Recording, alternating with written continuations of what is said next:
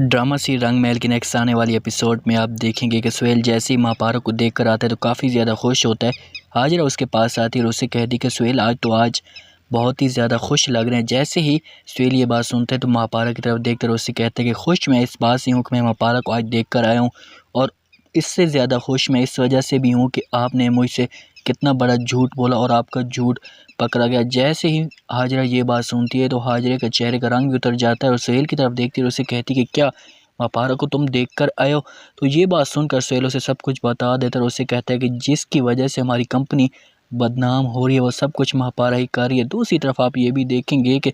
महापारा की दादी अम्मा महापारा के पास आती है और उससे कहती है कि बेटा आप सलार को अपने साथ लाजमी लो और उनकी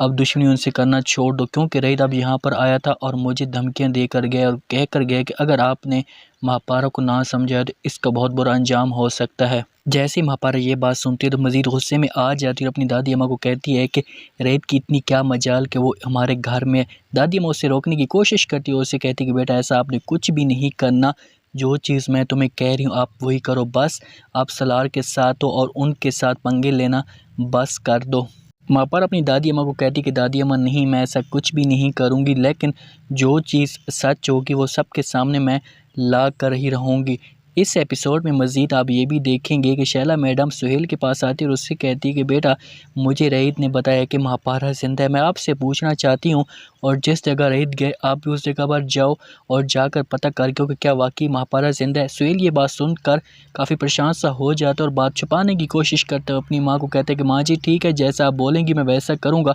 मैं पता करने के लिए जाऊँगा, अगर महापारा ज़िंदा हुई तो मैं आकर सबको बता दूँगी। ये सब आप आगे आने वाली एपिसोड में देख